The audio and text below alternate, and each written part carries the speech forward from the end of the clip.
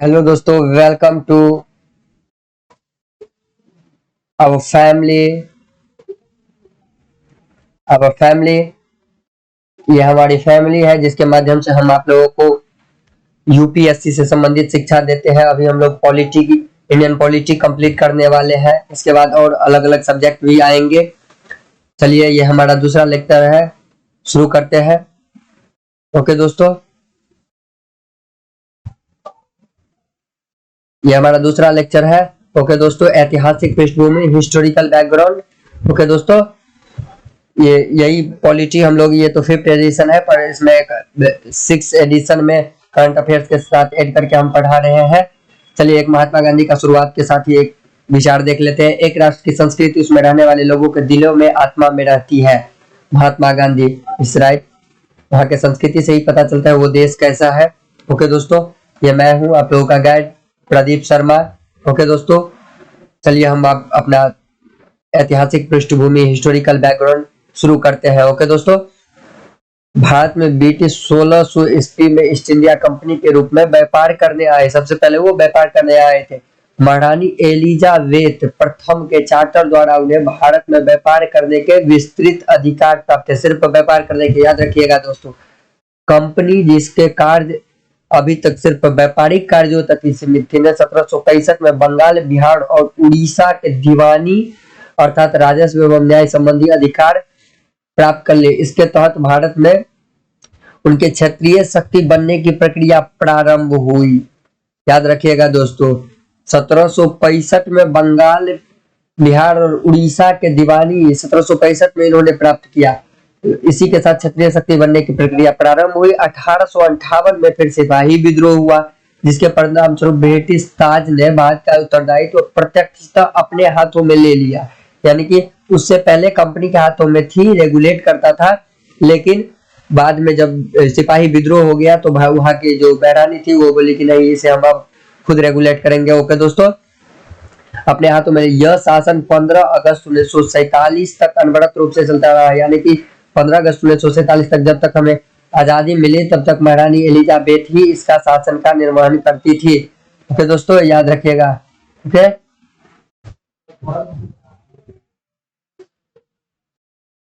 ये हम आगे आगे देखते हैं। स्वतंत्रता मिलने के साथ ही भारत में एक संविधान की आवश्यकता महसूस हुई।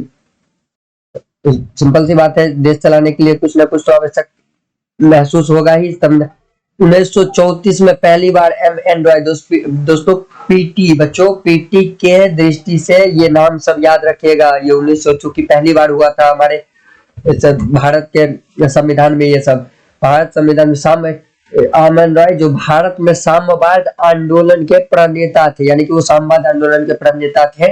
दिए गए सुझाव को अमल में लाने के उद्देश्य 1946 में एक संविधान सभा का गठन किया गया। 26 जनवरी 1950 को संविधान अस्तित्व में, यानी कि पहली बार जो संविधान का नाम लेने वाला था वो एम.एन. रॉय थे। याद रखिएगा नाम। यद्यपि संविधान और राज्य व्यवस्था की अनेक विशेषताएं ब्रिटिश शासन से ग्रहण की गई थी, तथापि ब्रिटिश शासन से कुछ घटनाएं ऐसी थी जिसके कारण ब्रिटिश शासित भारत में सरकार और प्रशासन विधिक रूपरेखा निर्मित की गई। इस घटनाओं पे हमारे संविधान और राजतंत्र पर गहरा प्रभाव छोड़ा।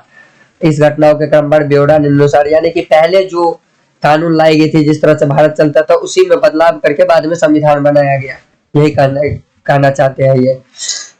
चलिए, अब हम शुरू करते हैं। संविधान, कंपनी का शासन, यानी कि पहला जो एक्ट आया था यही से आया था 1773 से 1758 तक। 1773 में आया था सबसे पहले रेगुलेटिंग एक्ट। इस अधिनियम की अत्यधिक संवैधानिक महत्व थी तथा यह भारत में ईस्ट इंडिया कंपनी के कार्यों को नियमित और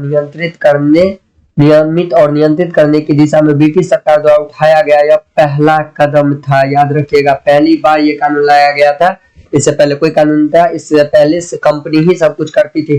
कंपनी आजा कैसे, यह एक मतलब मल्टीनेशनल कंपनी थी। एज कह लीजिए टाटा, बिरला, इसी टाइप की कुछ कंपनी थी। रिलायंस मल्टीनेशनल कंपनी थी, बाकी ये कुछ नहीं थी। बाद में से जैसे आपके कोई देश में मान लीजिए कानून क्यों, मान लीजिए वो टाटा है, भारत की कंपनी है, भारत सरकार को टैक्स देती है, भारत सरकार उसको मतलब दूसरे देश से समझौता करके उसको मतलब जगह दिया है दूसरे देश में, आप यहाँ पे काम करिए, आप इसके बदले उस देश को भी टैक्स दीजिए और हमारे। लेकिन अत्यधिक जो कोई कंपनी अगर टाटा ही है वो धन कमाने लगे, चाहे महिंद्रा है, तो सरकार को तो लोभ आएगा ही, और सरकार इसी लोभ में फिर उस कंपनी को अपने हाथों में ले लेगी। यही हुआ था दोस्तों, उठाया गया यह पहला कदम था। इसके द्वारा पहली बार कंपनी का प्रशासनिक और राजनीतिक कार्यों को मान्यता मिली, यानी कि कंपनी इस अधिनियम के तहत प्रशासनिक और राजनीतिक कार्य करती थी कंपनी ही, बस उसका हिसाब देना होता था बढ़ानी को। इसके द्वारा भारत में केंद्रीय प्रशासन की नींव रखी गई, यानी कि कंपनी ही सब कुछ करती थी तो वही सरकार का काम करती थी, तो केंद्रीय प्रशासन हुआ। इसमें 9 राज्य थे, कंपनी के नीचे कोई भी निकाय नहीं था काम करने वाला, जो करती थी कंपनी ही करती थी। ओके दोस्तों, याद रखिएगा। आगे बढ़ते हम इस अधिनियम की विशेषता अब हम देख लेते हैं। इस अधिनियम द्वारा बंगाल के गवर्नर को बंगाल का गवर्नर जनरल का पद नाम दिया गया, यानी कि सिर्फ नाम बदला गया, काम वही था। उसकी सहायता के लिए एक 4 सदस्यीय कार्यकारी परिषद का गठन किया गया। ऐसे पहले गवर्नर लॉर्ड वारिंग हेस्टिंग थे। लॉर्ड वारिंग हेस्टिंग जो थे ऐसे पहले गवर्नर थे, नाम याद रखिएगा। वैसे पूछेगा नहीं, छोटे एग्जाम में पूछा जाता है, बड़े यूपीएससी में नहीं पूछते हैं। इसके द्वारा मद्रास एवं बंबई के गवर्नर बंगाल के गवर्नर जनरल के अधीन हो गए, यानी कि पहले ये सब स्वतंत्र थे। देखिए यहाँ पे लिखा भी गया, प्रेसिडेंसी एक दूसरे से अलग थे, लेकिन जब ये रेगुलेटिंग एक्ट आया तो इसके तहत मतलब एक सब कुछ एक ही को मतलब कानून बनाना कंपनी का कार्य है। मतलब यहाँ के गवर्नर जो थे लॉर्ड वारिंग हेस्टिंग, तो यही कानून बनाएंगे और इन दोनों को जो कहेंगे वही ये करेंगे, बस इतना समझ लीजिए। अधिदस्त अधिनियम के अंतर्गत कलकत्ता में 1774 में उच्चतम न्यायालय की स्थापना की, यानी कि सुप्रीम कोर्ट बनाया गया था, जिसमें मुख्य न्यायाधीश और एक मुख्य न्यायाधीश और 3 अन्य न्यायाधीश। मुख्य न्यायाधीश तो अभी भी एक ही होते हैं, लेकिन अन्य न्यायाधीश हजारों है अभी हमारे देश में।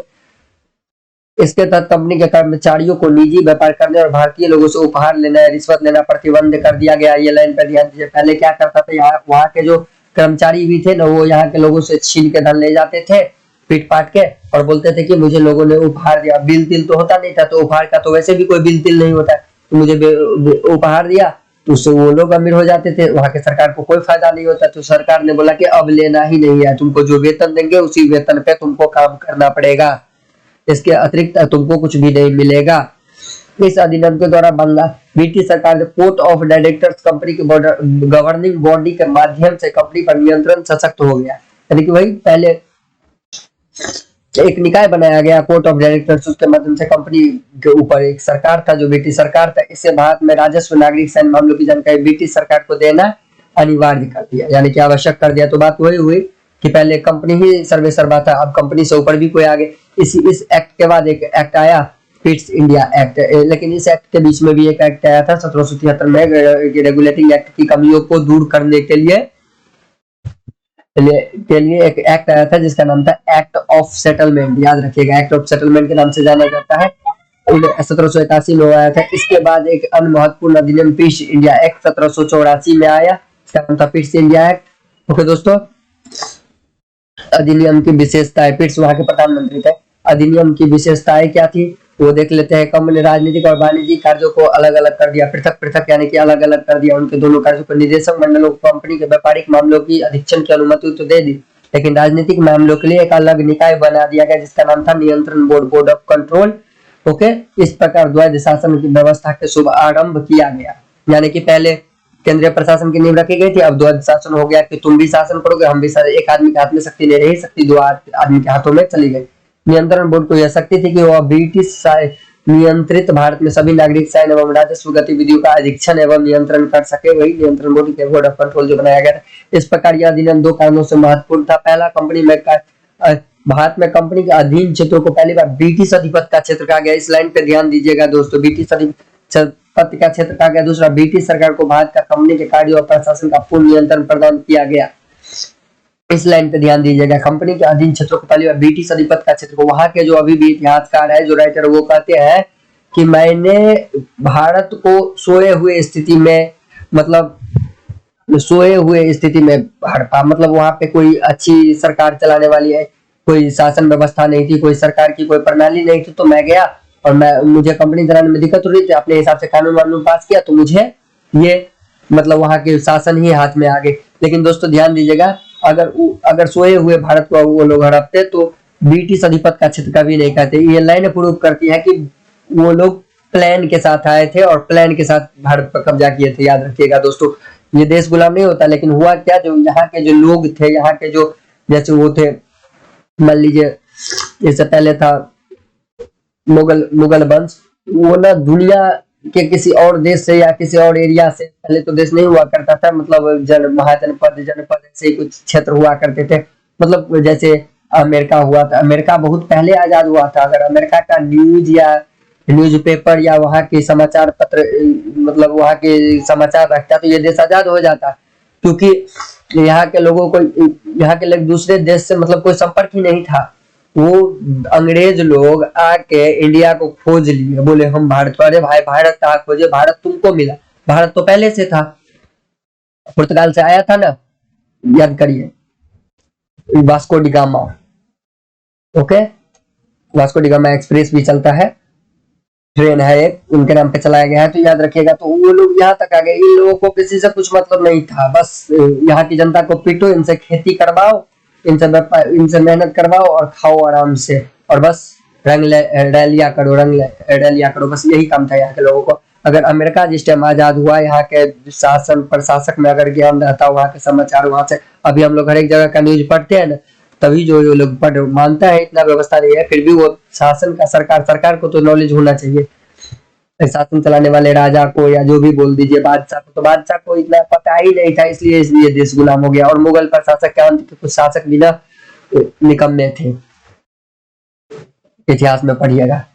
इस प्रकार यह अधिनियम दो कारणों से महत्वपूर्ण था। पहला, भारत के में कंपनी का अधीन क्षेत्र को पहली बार ब्रिटिश अधिपत्य का क्षेत्र कहा गया। याद रखिएगा, वही लाइन फिर से आ रही है, ब्रिटिश अधिपत्य का क्षेत्र कहा गया, वही बताए, सोए हुए भारत को बोला कि वहां पे किसी को दिमाग उमाग नहीं था, तो हम वहां पे शासन करने लगे, अपने हिसाब से कानून बनाए, लेकिन वहां का शासन ही मेरे हाथों में है। लेकिन अगर ऐसा होता तो ब्रिटिश अधिपत्य का क्षेत्र कभी लिखा था। इसके बाद एक अधिनियम आता है 1833 का चार्टर अधिनियम। ब्रिटिश भारत के केंद्रीय करण की दिशा में अधिनियम निर्णायक कदम था। इस अधिनियम में विशेषता, इससे पहले केंद्रीय प्रशासन लगाया गया, फिर भी केंद्रीकरण की शुरुआत की गई, और फिर केंद्रीय प्रशासन लाया जा रहा है इसके द्वारा। देखिए अधिनियम जिसने बंगाल के गवर्नर को भारत का गवर्नर जनरल बना दिया, फिर से मतलब सब कुछ अब यहाँ का, ये जो है भारत का गवर्नर जनरल, फिर से पदनाम भी बदला गया, और सब कुछ इन्हीं के हाथ में पहले भी था, लेकिन अब पदनाम बदला गया, जिसमें सभी नागरिक और सैन्य शक्तियां नहीं थे। इस अधिनियम में पहली बार ऐसी सरकार का निर्माण किया जिसका ब्रिटिश कब्जे वाले संपूर्ण भारतीय क्षेत्र पर पूर्ण नियंत्रण था। लॉर्ड विलियम बेंटिंक भारत के प्रथम गवर्नर जनरल बने। नाम याद रखिएगा, वैसे तो यूपीएससी नहीं पूछता है, छोटे एग्जामों में पूछा जाता है। अगर कोई ऐसे स्टूडेंट है जो मतलब यूपीएससी के अलावा, जैसे बिहार पीसीएस में पूछ सकता है, हल्का होता है एग्जाम, तो यूपीएससी के अलावा किसी चीज का तैयारी करते हैं तो वो इस चीज को याद रख सकते हैं। ओके दोस्तों, वैसे यूपीएससी नहीं पूछता है, फिर भी पूछ सकता है, तो याद रखिएगा पीटी के दृष्टि से, पीटी यूपीएससी वाले हैं, कुछ भी पूछ सकते हैं। इसने मद्रास और बंबई के गवर्नर को विधायिका संबंधी शक्तियों से वंचित कर दिया, यानी कि फिर से सर्वेसर्वा हो गया भारत के गवर्नर जनरल को पूरे ब्रिटिश भारत में विधायिका सीमित अधिकार प्राप्त कर दिए गए। याद रखिएगा, मतलब मेरा वचन ही शासन है वाला बात। इसके अंतर्गत पहले बनाए गए कानून को नियामक कानून कहा गया, यानी कि पहले जो कानून बना वो कोई कानून वानून नहीं था, वो तो बस ऐसे ही हालात ऐसे थे कि बना दिया गया। अब जो बनेगा बनाए गए कानून को अधिनियम कहा गया, यानी कि अब जो कानून बनाएंगे वो कानून हुआ। पहले बनाया गया कानून नहीं था, वो तो काम चलाने के लिए बनाया गया था। ईस्ट इंडिया कंपनी के एक व्यापारिक निकाय के रूप में ही की जाने वाली गतिविधियों को समाप्त कर दिया, यानी कि यहाँ पे आप कंपनी के व्यापार ही समाप्त कर दिया। अब यह विशुद्ध रूप से प्रशासनिक निकाय बन गई। इसके पहले कंपनी के अधिकार वाले क्षेत्र ब्रिटिश राजशाही और उसके उत्तराधिकार के विश्वास के तहत लाए गए, कब्जे में रह गए। याद रखिएगा दोस्तों, ब्रिटिश राजशाही और उसके उत्तराधिकारी के विश्वास के तहत कब्जे में रह गए।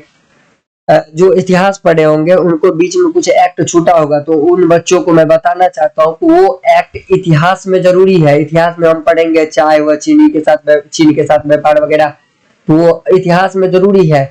अभी मतलब पॉलिटिकल साइंस में पॉलिटी में ये जरूरी नहीं है, इसलिए हम उसे छोड़ रहे हैं। सिर्फ इम्पोर्टेंट, क्योंकि 1000 पेज का पुस्तक है दोस्तों, 1000 पेज को पुस्तक को हमें 100 लेक्चर में कंप्लीट करना है, वही पढ़ना है जो एग्जाम निकलवा दे। तो 100 लेक्चर में तो सब कुछ नहीं पढ़ सकते छाट के। अभी तो हम ये भी क्लियर लिखे हैं, 1-2 लेक्चर के बाद तो हम एकदम शॉर्ट लिखेंगे, जो वही आप उतार लेना और बस मैं जो बोलूंगा उस पर ध्यान देना, एक बार बुक भी पढ़ लेना, तो आपको पता चल जाएगा कि कितना इंपॉर्टेंस है इस लेक्चर का। कितना शॉर्ट में मैंने आपको पॉलिटिकल साइंस पूरी की पूरी करा दी, सिर्फ और सिर्फ 100 घंटों में।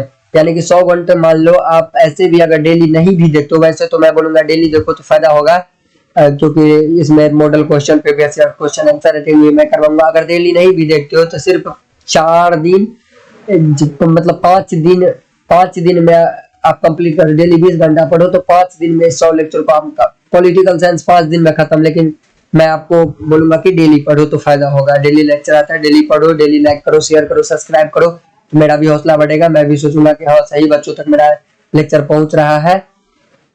ओके दोस्तों, चलिए अब हम फिर आगे बढ़ते हैं ज्यादा बात न करते हुए।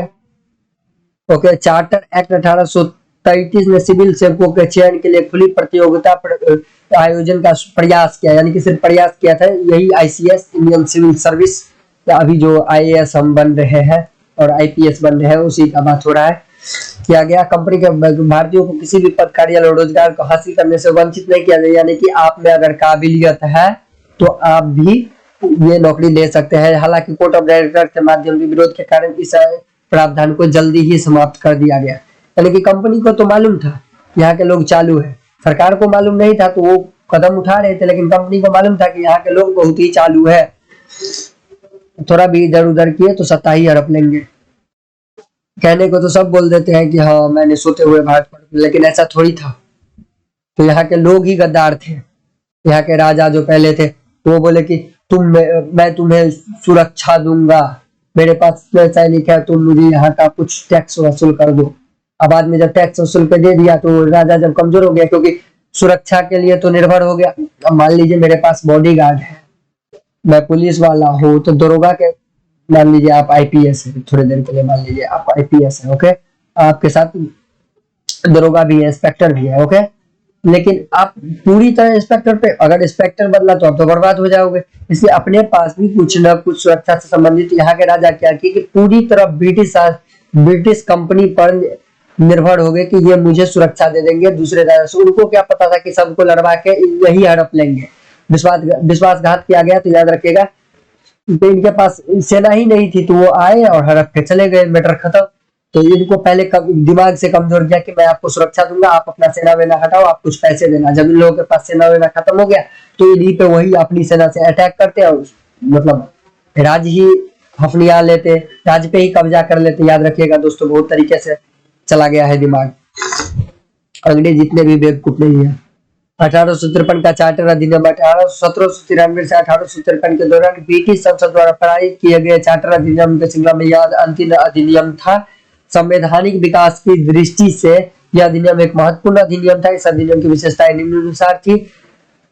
अधिनियम की विशेषता, इसने पहली बार गवर्नर जनरल के परिषद में विधायी एवं प्रशासनिक कार्यों को अलग अलग कर दिया, यानी कि कानून बनाएगा कोई और, उसे लागू करेगा कोई और। ये देख लीजिए, इसके तहत परिषद में 6 नए पार्षद जोड़े गए। विधान परिषद का क्या, दूसरे शब्दों में गवर्नर जनरल के नई विधान परिषद का गठन किया गया, जिसे भारतीय केंद्रीय विधान परिषद कहा गया। परिषद की इस शाखा ने छोटी संसद की तरह कार्य किया, जिसमें वही प्रक्रिया अपनाई गई जो ब्रिटिश संसद में अपनाई जाती थी। इस प्रकार विधायिका को पहली बार सरकार के विशेष कार्य के रूप में जाना गया, जिसके लिए विशेष मशीनरी और प्रक्रिया की जरूरत है। यानी कि कानून बनाना एक बहुत बड़ा काम है, इसे पहली बार जाना गया कि विधायक कानून बनाना बहुत बड़ा काम है। ओके, बस इतना समझ लीजिए। इसने सिविल सेवकों के भारतीय एवं चयन हेतु खुली प्रतियोगिता व्यवस्था का शुभारंभ किया। इस प्रकार विशिष्ट सिविल सेवा भारतीय नागरिक के लिए भी खोल दी गई और इसके लिए 1854 में भारतीय सिविल सेवा के संबंध में मैकाले समिति की नीति, यानी कि आईएएस और आईपीएस जो अभी होते हैं, पहले आईसीएस होते थे, सब मिला के वही सब कुछ होते हैं, बहुत वैल्यू होती थी इन लोगों को, उनके लिए मैकाले समिति की नीति की गई और सभी सेवा भारतीयों के लिए भी खोल दिया गया। इसने कंपनी के शासन को विस्तारित कर दिया और भारतीय क्षेत्र को इंग्लैंड राजशाही के विश्वास के तहत कब्जे में रखने का अधिकार दिया। लेकिन पूर्व अधिनियम के विपरीत इसमें किसी निश्चित समय का निर्धारण नहीं किया गया था। इससे स्पष्ट था कि संसद द्वारा कंपनी का शासन किसी भी समय समाप्त किया जा सकता था। यानी कि एक अधिनियम लाया गया जिसके तहत कहा गया कि अभी तो आप शासन करो, लेकिन आपका शासन मैं कभी भी समाप्त कर सकता हूँ, आप चूचा नहीं कर सकते हैं। बस इतना समझ लीजिए, चूचा वाली सिस्टम खत्म कर दिया गया। ओके दोस्तों, अब आगे देखते हैं। इसने प्रथम बार भारतीय केंद्रीय विधान परिषद में स्थानीय प्रतिनिधित्व प्रारंभ किया। गवर्नर जनरल की परिषद में 6 नए पार्षदों में से 4 का चुनाव बंगाल, महाराष्ट्र, बम्बई और आगरा का स्थानीय प्रांतीय सरकारों द्वारा किया जाना था। यानी कि भारतीयों को भी अब केंद्रीय विधान परिषद में जगह देने लगा, इतना याद रखिएगा। क्योंकि 1 साल 2 साल किसी को आप बेवकूफ बना सकते हैं, 200 साल थोड़ी बना सकते हैं। 100 150 120 साल हुआ तो ये लोग भी समझ के, ये लोग दिमाग से खेल रहे हैं, तो भारतीय भी दिमाग से खेलने लगे, यहाँ के भी पढ़े लिखे नौजवान पढ़े लिखे व्यक्ति। इसके बाद आता है यहीं पे कंपनी का शासन वहीं पे समाप्त हो जाता है दोस्तों। अब आगे आता है सीधा रानी एलिजाबेथ। तो अब आता है ताज का शासन। ओके दोस्तों, याद रखिएगा, ताज का शासन आता है।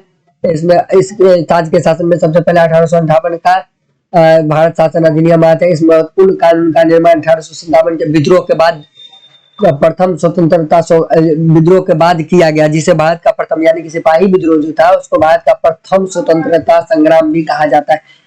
इस अधिनियम को भारत के शासन को अच्छा बनाने वाला अधिनियम कहा गया। नाम प्रसिद्ध इस कानून ने ईस्ट इंडिया कंपनी के समाप्त कर दिया और गवर्नर क्षेत्रों और राजस्व संबंधी शक्तियां ब्रिटिश राजशाही को हस्तांतरित कर दिया। यानी कि आप वही से शासन चलेगा। इसका अधिनियम की विशेषता ये देख लेते हैं। इसके तहत भारत का शासन सीधे महारानी विक्टोरिया के अधीन चला गया। गवर्नर जनरल का पद नाम बदलकर भारत का वायसराय कर दिया गया। वह वायसराय भारत के ब्रिटिश ताज का प्रत्यक्ष प्रतिनिधि होता था। यानी कि अभी जो राष्ट्रपति है उसी तर्ज पर वायसराय कहा जाता था, पहले वो प्रत्यक्ष प्रतिनिधि होता था। लॉर्ड कैनिंग भारत के प्रथम वायसराय बने। इस अधिनियम ने नियंत्रण बोर्ड और निदेशक बोर्ड को समाप्त कर दिया गया।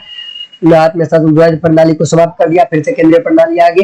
एक नए पद भारत के राज्य सचिव का सृजन किया गया, जिसमें भारतीय प्रशासन संपूर्ण नियंत्रण एवं शक्ति निहित थी। यह सचिव ब्रिटिश कैबिनेट का सदस्य था और ब्रिटिश संसद के प्रति उत्तरदायी थे। यानी कि एक वहां से शासन चला रहा है उसका प्रत्यक्ष प्रतिनिधि है, एक यहाँ जो शासन का हेड होगा उसे सचिव कहा गया, भारत सचिव। ओके, याद रखिएगा। चलिए हम आगे बढ़ते हैं। थोड़ी सी तबीयत खराब है दोस्तों, इसलिए कोल्ड हो गया है बहुत ज्यादा मुझे, पर लेक्चर देना है तो देना है, ठाने है तो ठाने है। भारत सचिव की सहायता के लिए 15 सदस्यीय परिषद का गठन किया गया, जो एक सलाहकार समिति थी, मतलब सलाह लेना उसका काम। परिषद एक अध्यक्ष भारत सचिव को बनाया गया, परिषद का अध्यक्ष भारत सचिव को बनाया गया, याद रखिएगा दोस्तों। इस कानून के तहत भारत सचिव परिषद का गठन किया, जो एक निगमित निकाय थी, जिसे भारत और इंग्लैंड मुकदमे करने का अधिकार था, यानी कि मुकदमा, और इस पर भी मुकदमा किया जा सकता था। ओके, 1858 के कानून का प्रमुख उद्देश्य प्रशासनिक में सुधार करना था, जिसके माध्यम से इंग्लैंड से, यानी कि इतना समझ लिया कि इंग्लैंड से सबसे अच्छे से शासन सीधे इंग्लैंड से कैसे भारत का शासन पूरा एकदम तौर तरीके से चलेगा। यानी कि मान लीजिए किसी राज्य मुख्यमंत्री, तो जैसे बिहार का मुख्यमंत्री है, दिल्ली का मुख्यमंत्री है, वो तो मतलब किसी एक शहर में रहते हैं, और पूरे प्रशासन को कैसे वहां से चलाना है उसके लिए अच्छे प्रशासन, अच्छे ऑफिसर, मशीनरी मतलब ऑफिसर हुआ का व्यवस्था किया गया, बस उसी के लिए अधिनियम आए थे। ओके दोस्तों, कोल्ड हो गया है आप। इसके बाद आता है 1861, 1862, 1909। 1861, 1892 हमारे लिए महत्वपूर्ण नहीं है, फिर भी हम थोड़ा सा देख लेते हैं। 1861 का भारत परिषद अधिनियम, इसके द्वारा कानून बनाने की प्रक्रिया में भारतीय प्रतिनिधि को शामिल करने की शुरुआत हुई, बस यही इंपोर्टेंट है। इस प्रकार वायसराय कुछ भारतीयों को विस्तारित परिषद में गैर सरकारी सदस्यों के रूप में नामांकित कर दिया। 1862 में लॉर्ड कैनिंग ने 3 भारतीयों, बनारस के राजा, पटियाला के महाराज और सर दिनकर को विधान परिषद में मनोनीत किया। इतना याद रखिएगा, बस इस नोट को इंपोर्टेंट नहीं। इस अधिनियम ने बंगाल और बंबई प्रेसिडेंसियों को विधायी शक्तियां पुनः देकर विकेंद्रीकरण की प्रक्रिया की शुरुआत की। इस प्रकार से इस अधिनियम ने रेगुलेटिंग एक्ट 1773 द्वारा शुरू की गई केंद्रीकरण की प्रवृत्ति को उलट के रख दिया, फिर से उलट के रख दिया, अपने चरम पर पहुंच गया। इसी विधायी विकास की नीति के कारण 1937 तक प्रांतों को संपूर्ण आंतरिक स्वायत्तता हासिल है। यानी कि जैसे अभी है ना कि संघ अपने जगह है और राज्य अपने जगह है, मतलब शक्तियां दोनों की है कि कुछ कोई किसी पे निरंकुश नहीं हो सकता, तो मतलब वही हो गया। पहले मतलब एज एजेंट काम करते थे वहां के राजा, अब वहां के जो गवर्नर थे, अब मतलब पूरा पावर मिल गया विधायी की शक्तियां बनाने का। तो बंगाल उत्तर पश्चिम सीमा पर पंजाब में क्रमशः 1862, 1866, 1816 विधान परिषदों का गठन किया गया। इसने बंगाल वायसराय को परिषद में कार्य संचालन के लिए अधिक नियम और आदेश बनाने की शक्तियां प्रदान की। इसने लॉर्ड कैनिंग द्वारा 1859 में प्रारंभ की गई पोर्टफोलियो प्रणाली को भी मान्यता दी। इसके अंतर्गत वायसराय का परिषद का एक सदस्य एक अधिक सरकारी विभागों का प्रभारी बनाया जा सकता है। उससे इस विकास विभाग में काउंसिल की ओर से अंतिम आदेश पारित करने का अधिकार था। यानी कि अभी भी जो पीएम है हमारे या किसी देश के मान लीजिए पीएम जो है उनके ही पास, मतलब सिर्फ वो पीएम नहीं है, वो और भी कई पद के हकदार है। जैसे आप सीएम है, बिहार का सीएम है, वो वहां का गृह मंत्री भी है, याद रखिएगा, पुलिस भी उन्हीं के अंदर में है। तो एक से ज्यादा पद पर काम करना वो व्यवस्था की गई। ओके दोस्तों, जैसे आप आईएएस बनोगे तो आप डीएम तो रहोगे ही, जैसे इलेक्शन आएगा तो चुनाव का भी कुछ बना दिया जाएगा, कोई घटना आएगी तो मेला अधिकारी भी कभी का बना दिया। जैसे इस बार आईएएस दीपक रावत थे, वो हरिद्वार में मेला अधिकारी थे कुंभ का, और वो डीएम के पद से फिलहाल इस्तीफा दे दिए थे, लेकिन वो डीएम भी रह सकते थे चाहते तो। इनने वायसराय को आपातकाल में काउंसिल की संस्तुति के अध्यादेश जारी करने के लिए अधिकृत किया। ऐसे अध्यादेश की अवधि मात्र 6 महीने होती थी। यानी कि आपातकाल जो अभी शक्ति हमारे राष्ट्रपति के पास है ना, वही तभी वायसराय के पास थी। जो किसी की सुनने की जरूरत नहीं है, बस मन किया लगा दो, कोई विपदा आई लगा दो, मूलाधिकार में से भी कुछ छीन लो। उस टाइम तो पूरी ही छीन ली जाती होगी, अभी तो आवाज भी उठा दिया जाता है, पहले थोड़ी उठाया जाता होगा। 1892 अधिनियम की विशेषता, इसके माध्यम से केंद्रीय और प्रांतीय विधान परिषदों के अतिरिक्त सदस्यों की संख्या बढ़ाई गई। हालांकि बहुमत सरकारी सदस्यों का ही रहता था। इसने विधान परिषदों के कार्यों में वृद्धि कर उन्हें बजट पर बहस करने का, कार्यपालिका के प्रश्नों का उत्तर देने के लिए अधिकृत किया। यानी कि अब वो बजट पर बहस भी कर सकते थे और कार्यपालिका के प्रश्नों का भी उत्तर दे सकते। इसमें केंद्रीय प्रशासन, केंद्रीय विधान परिषद और बंगाल चैम्बर्स ऑफ कॉमर्स में गैर सरकारी सदस्यों नामांकन के लिए वायसराय की शक्ति को प्रावधान था। इसके अलावा प्रांतीय विधान परिषदों में गवर्नरों को जिला परिषद, नगर पालिका, विश्वविद्यालय, व्यापार संघ, जमींदारों और चैम्बर्स ऑफ कॉमर्स सिफारिशों पर गैर सरकारी सदस्यों को नियुक्त करने की शक्तियां दी गई, याद रखिएगा। इस अधिनियम ने केंद्रीय और प्रांतीय विधान परिषदों में दोनों गैर सरकारी सदस्यों की नियुक्ति के लिए एक सीमित परोक्ष रूप से चुनाव का प्रावधान किया। हालांकि चुनाव शब्द का अधिनियम में प्रयोग नहीं हुआ था। इसके निश्चित निकायों पर की जाने वाली सिफारिश या नामांकन की जाने वाली सिफारिश पर की जाने वाली नामांकन कहा गया था। चुनाव शब्द का इस्तेमाल नहीं किया गया था, याद रखिएगा। अब आता है मोस्ट इंपोर्टेंट, याद रखिएगा दोस्तों, 3 स्टार। हम पहले लेक्चर में बताए थे ना, स्टार लगाना है, इसमें 3 स्टार लगा लीजिए। 1919 का अधिनियम। इस अधिनियम को मार्लो मिंटो सुधार के नाम से भी जाना जाता है। मार्लो वहां के राज्य सचिव थे और मिंटो वायसराय थे। इसने केंद्रीय और प्रांतीय विधान परिषदों के आकार में काफी वृद्धि की। केंद्रीय परिषद में संख्या में 16 से 60 हो गए। प्रांतीय विधान परिषदों में इनकी संख्या एक समान नहीं थी। इसने केंद्रीय परिषद में सरकारी बहुमत को बनाए रखा, लेकिन प्रांतीय परिषद में गैर सरकारी सदस्यों की बहुमतों की अनुमति दे दी। यानी कि केंद्र में गैर सरकारी सदस्यों की बहुमत नहीं होता था, लेकिन अब प्रांत में हो सकता था, याद रखिएगा। इसने दोनों स्तरों पर विधान परिषद में चर्चा कार्यों का दायरा बढ़ाया। उदाहरण के तौर पर बजट पर भी अब बजट पर संकल्प रखना इत्यादि, याद रखिएगा। इस अधिनियम के अंतर्गत पहली बार किसी भारतीय को वायसराय और गवर्नर की परिषद के साथ एसोसिएशन बनाने का प्रावधान किया गया। सत्येंद्र प्रसाद सिन्हा वायसराय की कार्यपालिका परिषद के प्रथम भारतीय सदस्य बने, उन्हें विधि सदस्य बनाया गया था। नाम याद रखिएगा, ये यूपीएससी भी पूछ सकता है, बहुत सेंसिटिव नाम है। इस अधिनियम में पृथक निर्वाचन के आधार पर मुस्लिम के लिए सांप्रदायिक प्रतिनिधि का प्रारंभ किया। यानी कि भारत का जो विभाजन हुआ था यही से शुरू हो गया था, 1947 वाला काम। देखिए, अधिनियम के पृथक निर्वाचन के आधार पर मुस्लिमों के लिए सांप्रदायिक प्रतिनिधि का प्रारंभ किया। यानी कि मुस्लिम कैंडिडेट को मुस्लिम ही वोट दे सकते हैं, हिंदू को हिंदू ही देंगे। इसके अंतर्गत मुस्लिम सदस्यों का चुनाव मुस्लिम मतदाता ही कर सकते थे। देखिए वही बात, इस प्रकार इस अधिनियम ने सांप्रदायिक को वैधानिकता प्रदान की और लॉर्ड मिंटो को सांप्रदायिक निर्वाचन के जनक के रूप में माना गया। यानी कि यही भारत के, इन्हीं को हम भारत के विभाजन का मतलब जिम्मेदार मान सकते हैं थोड़ी देर के लिए। वैसे तो अली जिन्ना को माना जाता है, लेकिन उनके दिमाग में जो विचार आया होगा यही से आया होगा मुझे लगता है। इसने presidency, corporation, chambers of commerce, विश्वविद्यालय, जमींदारों के लिए अलग अलग प्रतिनिधि का प्रारंभ किया, यानी कि सभी के लिए अब अलग अलग प्रतिनिधि हो गया। जो जिस विभाग का है वो उसी को वोट करो, जो जिस जाति का है वो उसी को वोट करो, सवाली व्यवस्था हो गई। फुट डालो और शासन करो, याद रखिएगा, पेन बदल के बताते हैं, उनका एक नियम था, याद रखिएगा।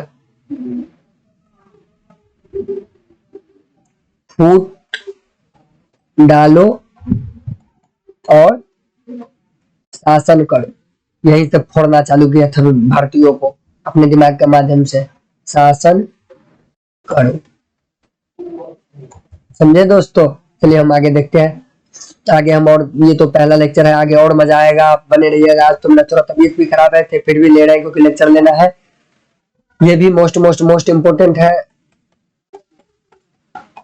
मोस्ट इम्पोर्टेंट दोस्तों, 3 स्टार लगा लीजिएगा। 20 अगस्त 1917 को ब्रिटिश सरकार ने पहली बार घोषित किया कि उसका उद्देश्य भारत में क्रमिक रूप से उत्तरदायी सरकार का स्थापना करना है, यानी कि पहली बार वो बोल दिया कि भारत में हम हमेशा के लिए शासन करना चाहते हैं।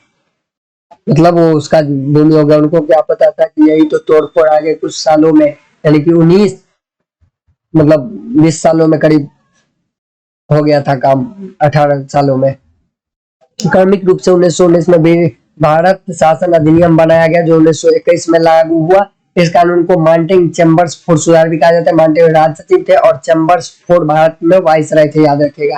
ये सब वाइसराय, ये सब नाम याद रखिए, छोटे एग्जामों वालों के लिए, जैसे एसएससी, रेलवे, इस सब के लिए मतलब इम्पोर्टेंट है हमारे लिए। यूपीएससी, जो बच्चे यूपीएससी को छोड़कर तैयारी कर रहे हैं, पीसीएस को छोड़कर, वो इस नाम सबको, जहां मैं टिक लगाता हूँ, चैम्बर्स फोर्ड, इस सबको याद रखिएगा।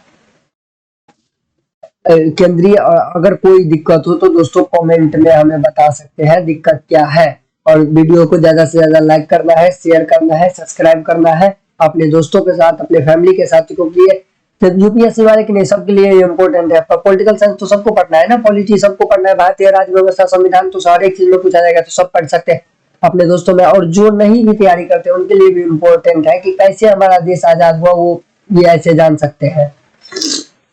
ओके दोस्तों, कैसे कैसे कानून बना और धीरे धीरे आजाद हुआ। केंद्रीय और प्रांतीय विषयों की सूची को पहचान कर एवं पृथक राज्यों की सूची को केंद्रीय नियंत्रण कम किया है। मतलब वही संघ सूची, राज्य सूची जो अभी है ना, वही, और संवर्ती सूची, वही वाला सिस्टम के अपना अपना विषय पहचाना, उस पर कानून बनाओ वाला बात। अपनी सूची या विषयों का विधान बनाने का अधिकार का प्रदान किया गया, लेकिन सरकार का ढांचा केंद्रीय और एकात्म अभी के तरह ही, यानी कि संघ ही शासन करेगा। मतलब भारत का प्रतिनिधित्व संघ ही करता है, लेकिन आप अपने राज्य में अपनी सरकार के लिए अपने हिसाब से कानून बना सकते हैं, वाला सिस्टम। दूसरा, इसने प्रांतीय विषयों को पुनः 2 भागों में विभक्त किया, हस्तांतरित और आरक्षित। फिर एक ड्रामा शुरू होता है, देखिए। हस्तांतरित विषयों पर गवर्नर का शासन होता था। इस कार्य के लिए उन मंत्रियों का सलाह लेते थे जो परिषद के लिए प्रति उत्तरदायी थे, यानी कि सिर्फ सलाह लेते थे, बाकी सब कुछ होते। दूसरी ओर आरक्षित विषयों पर गवर्नर का कार्यपालिका परिषद की सहायता से शासन, मतलब शासन तो वही करता था, बस इसमें इसका सलाह लेता था, इसमें इसकी मदद से करता था। जो विधान परिषद के प्रति उत्तरदायी नहीं था, शासन की इस दोहरी व्यवस्था को द्वैध, यानी कि यूनानी शब्द डायआर्की से व्युत्पन्न शासन व्यवस्था कहा गया है। हालांकि इस व्यवस्था काफी हद तक असफल ही रही। इस अधिनियम ने पहली बार देश में द्विसदनीय व्यवस्था, प्रत्यक्ष निर्वाचन की व्यवस्था का प्रारंभ किया। इस प्रकार भारतीय विधान परिषद के स्थान पर द्विसदनीय व्यवस्था आई, यानी कि राज्यसभा और लोकसभा का गठन किया गया। दोनों सदनों में बहुसंख्यक सदस्यों को प्रत्यक्ष निर्वाचन के माध्यम से निर्वाचित किया गया। याद रखेगा, इस पहली बार देश के द्विसदनीय व्यवस्था का शुभारंभ किया, ये याद रखेगा। इस प्रकार भारतीय विधान परिषद के स्थान पर द्विसदनीय व्यवस्था, यानी कि राज्यसभा और लोकसभा, इसी अधिनियम के अंतर्गत लाया गया था, याद रखिएगा दोस्तों। इसके अनुसार वायसराय की कार्यकारी परिषद के 6 सदस्यों में से कमांडर इन चीफ को छोड़कर 3 सदस्यों का भारतीय होना आवश्यक था, यानी कि वायसराय की कार्यकारी परिषद के 6 सदस्यों में से कमांडर इन चीफ को छोड़कर 3 भारतीय होना भी, 6 में से आधा हम भी थे। इसने प्रशासनिक आधार पर सिखों, भारतीय, ईसाइयों, आंग्ला भारतीयों और यूरोपियों के लिए पृथक निर्वाचन के सिद्धांत हो, यानी कि वो पृथक निर्वाचन, यानी कि सिख है तो उसका सिख कैंडिडेट होगा तो सिख ही उसको वोट देगा, वो वाला। कुछ दिन पहले वो देखते होंगे वो ऑपरेशन ब्लू स्टार हुआ था, इंदिरा गांधी जो की थे वो मांग कर रहे थे।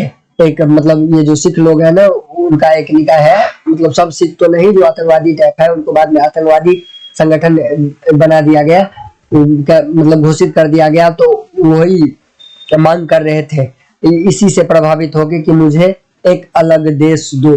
जैसे पाकिस्तान बनाना था, सिख भी मांग रहा था कि मुझे एक अलग देश दो। ओके दोस्तों, ये याद रखिएगा। सिख भी बोल रहे थे कि मुझे एक अलग देश दो, यानी कि फूट करो और शासन, फूट डालो और शासन करो, शासन शासन करो वाला सिस्टम था। और उसके बाद याद रखेगा, इस कानून ने संपत्ति कर या शिक्षा के आधार पर सीमित संख्या में लोगों को मताधिकार प्रदान, यानी कि मताधिकार प्रदान किया, लेकिन संपत्ति के आधार पर कर कितना देते हैं सरकार के, उसके आधार पर, शिक्षा के आधार पर सीमित संख्या में लोगों को मताधिकार प्रदान किया। याद रखिएगा। इस कानून ने लंदन में भारत के उच्चायुक्त के कार्यकाल का सृजन किया, यानी कि लंदन में उच्चायुक्त के कार्यकाल का सृजन किया। इस अब तक भारत सचिव द्वारा किए जा रहे कार्यों को उच्चायुक्त हस्तांतरित कर दिया, यानी भारत सचिव जो आप कार्य करते थे उच्चायुक्त करेंगे। याद रखिएगा। इसने एक लोक सेवा आयोग का गठन किया गया, अतः 1926 में सिविल सेवकों की भर्ती के लिए केंद्रीय लोक सेवा आयोग का गठन किया गया। याद रखिएगा, केंद्रीय लोक सेवा आयोग का गठन किया गया। इसने पहली बार केंद्रीय बजट को राज्यों के बजट से अलग कर दिया और राज्य विधानसभा को अपना बजट स्वयं बनाने का अधिकार कर, जैसे अभी है ना, केंद्र अपना अलग बजट देता है, राज्य अपना अलग बजट देता है, तो बस इस कानून के अंतर्गत वही किया गया था। इसके पहली बार हुआ था, याद रखिएगा, पीटी से भी और मेन से भी पूछ सकता है। इसके अंतर्गत एक वैधानिक आयोग का गठन किया गया, जिसका कार्य 10 वर्ष बाद जांच करने के बाद अपनी रिपोर्ट प्रस्तुत करना था। यानी कि इसके अंतर्गत एक वैधानिक आयोग का गठन किया गया, जिसका कार्य 10 वर्ष बाद जांच करने के बाद अपनी रिपोर्ट प्रस्तुत करना था। याद रखिएगा। सबसे मोस्ट इम्पोर्टेंट 1947 से पहले यही अधिनियम है, भारत शासन अधिनियम। इसमें एक क्वेश्चन बताता हूँ दोस्तों, मतलब क्वेश्चन भी आया था कि क्या भारत शासन, भारत का संविधान भारत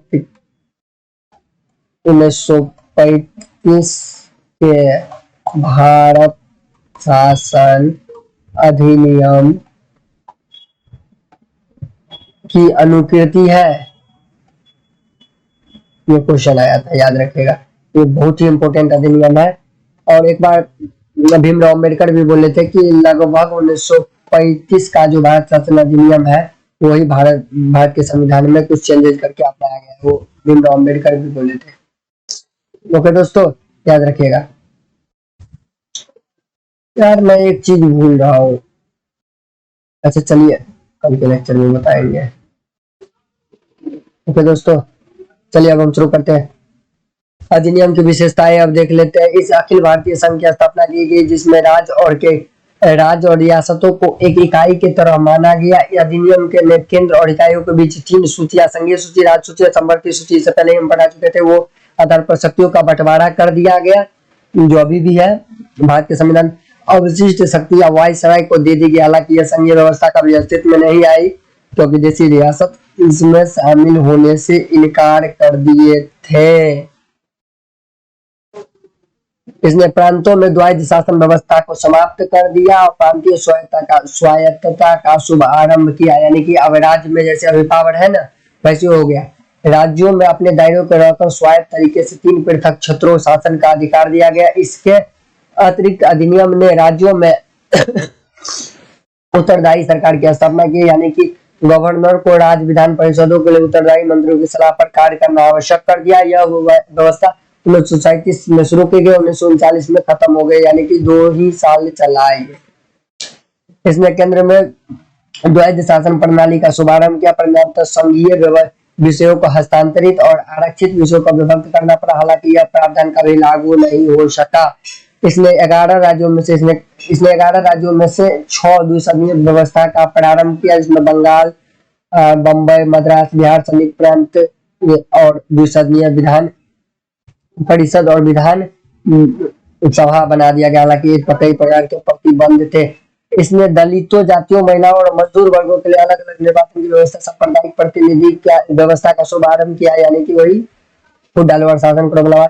इसने भारत शासन अधिनियम 1858 द्वारा स्थापित भारत परिषद को समाप्त कर दिया।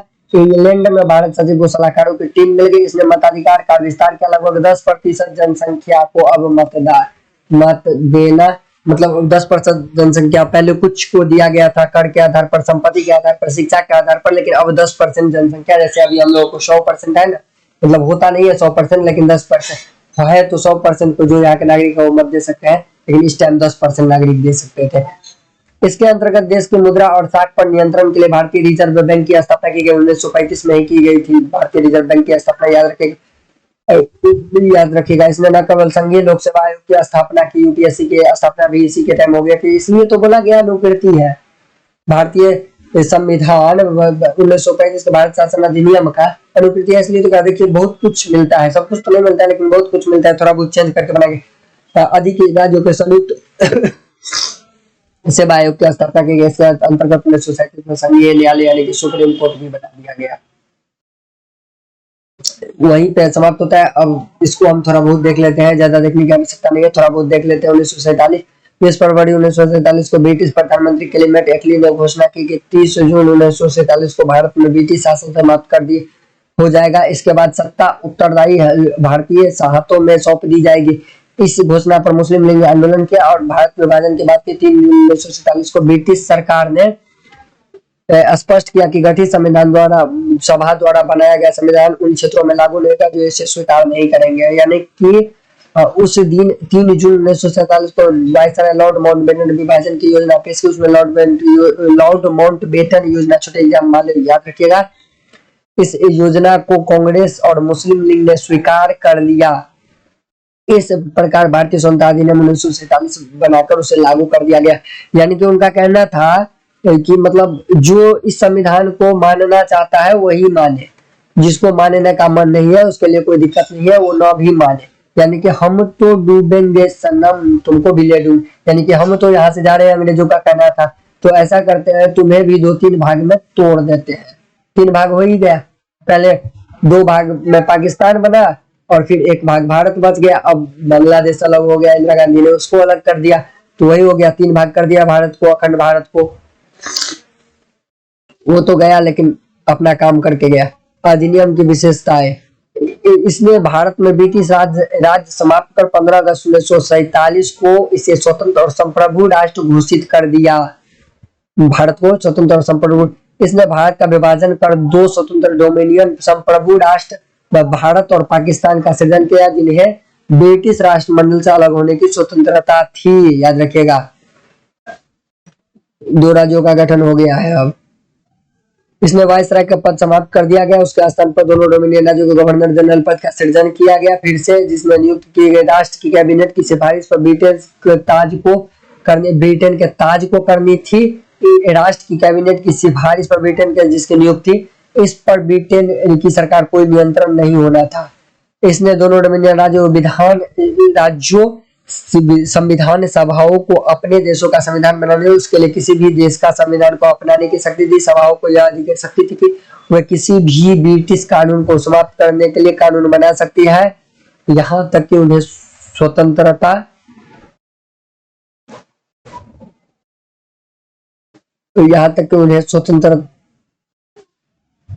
क्या है, कानून बना सकती है, यहाँ तक कि उन्हें स्वतंत्रता पूर्वक लागू भी कर सकती है। यही था। अब हम आगे देख लेते हैं 5। इसने दोनों डोमिनियन राज्यों के संविधान सभाओं को यह शक्ति प्रदान की कि वे नए संविधान का निर्माण एवं कार्यान्वित होने तक अपने अपने संबंधित क्षेत्रों की विधानसभा बना सकती है। लेकिन जब तक संविधान बनेगा तब तक आप अपने विधानसभा के तहत कार्य शक्ति देश चला सकते हैं। 15 अगस्त 1947 के बाद ब्रिटिश संसद में पारित तो नहीं होगा जब तक किसी रोमेनियन इस कानून को मानने के लिए कानून नहीं बना लेता। इस कानून ने ब्रिटेन में भारत का सचिव का पद समाप्त कर दिया। इनकी सभी शक्तियां राष्ट्रमंडल मामलों के राज्य सचिव को हस्तांतरित कर दी गई। इसने 15 अगस्त 1947 को भारतीय रियासतों पर ब्रिटिश संप्रभुता समाप्त की गई की भी घोषणा की। इसके साथ ही आदिवासी क्षेत्रों समझौता संबंधों पर भी ब्रिटिश हस्तक्षेप समाप्त हो गया।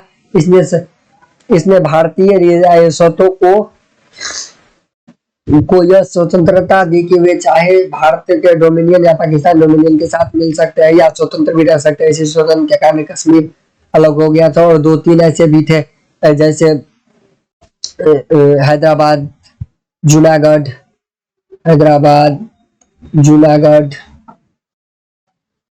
ये सब जो थे, और कश्मीर।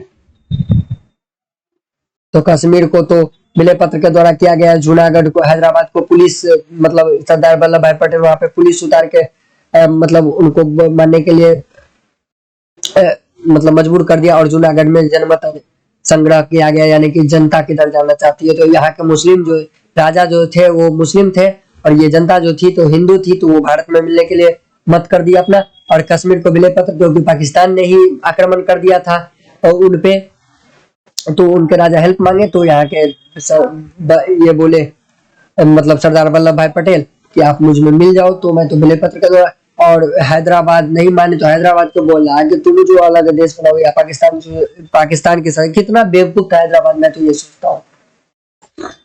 मान लीजिए ये बन भी जाता, इसका प्लेन कहाँ से आता बताइए, न प्लेन आ पाता, ये इतनी दूर में समट के रह जाता। यानी कि ये मान लीजिए ये भारत हुआ तो ये इतना दूर में रह जाता, तो ये आएगा किधर से। जैसे यहाँ पे पाकिस्तान, यहाँ पे बांग्लादेश, इसको आने के लिए ये बोल रहा था हाईवे दो। बेवकूफ थोड़ी है हम हाईवे देंगे, हाईवे नहीं दिया। बताइए, इस अधिनियम ने नया संविधान बनाने तक प्रत्येक डोमिनियन में शासन संचालित करने और प्रशासन अधिनियम 1935 के तहत उनकी प्रांतीय सभाओं में सरकार चलाने की व्यवस्था की, यानी कि 1935 के तहत। हालांकि दोनों डोमिनियन राज्यों को इस कानून का सुधार करने का अधिकार था, इसलिए ब्रिटिश शासक को विधेयकों पर मताधिकार क्या उन्हें स्वीकृति करने का अधिकार को वंचित कर दिया। लेकिन ब्रिटिश शासक के नाम पर गवर्नर जनरल किसी भी विधेयक को स्वीकार या करने का अधिकार प्राप्त था, याद रखिएगा। इसके अंतर्गत भारत के गवर्नर जनरल और प्रांतीय गवर्नर जनरलों का संवैधानिक प्रमुख नियुक्त किया गया। इसने सभी मामलों पर राज्यों की मंत्रिपरिषद परामर्श प्रक्रिया करना होता था, जिसे शाही उपाधि से भारत का सम्राट शब्द समाप्त कर दिया गया, याद रखिएगा। अब हम देख लेते हैं दोस्तों, ये कुछ फैक्ट है। जैसे अंतरिम सरकार जो बना था उसमें जवाहरलाल नेहरू राष्ट्रमंडल संबंधी इनके थे, सरदार वल्लभ भाई पटेल की सूचना प्रशासन, डॉक्टर राजेंद्र प्रसाद खाद्य एवं कृषि, जॉन मेथाई उद्योग एवं नागरिक। ये आप देख लीजिएगा, स्क्रीनशॉट ले लीजिए, ये देख लीजिएगा। स्पेशली जो यूपीएससी को छोड़कर छोटे एग्जामों की तैयारी करते हैं उनके लिए इंपॉर्टेंट है, ये देख लीजिएगा। अंतरिम सरकार के सदस्य वायसराय की कार्यकारी परिषद के सदस्य, वायसराय परिषद का प्रमुख बना रहा, लेकिन जवाहरलाल नेहरू परिषद का उपाध्यक्ष बनाया गया, याद रखिएगा। इसके बाद स्वतंत्र भारत का पहला मंत्रिमंडल 1947 में बना, उसमें जवाहरलाल नेहरू प्रधानमंत्री बने। उनके पास ये सभी विदेशी मामले भी थे, राष्ट्रमंडल भी थे, वैज्ञानिक सरदार वल्लभ भाई पटेल गिरी सूचना प्रशासन राज्यों के मामले भी थे। ये भी आप स्क्रीनशॉट ले लीजिए और देख लीजिएगा।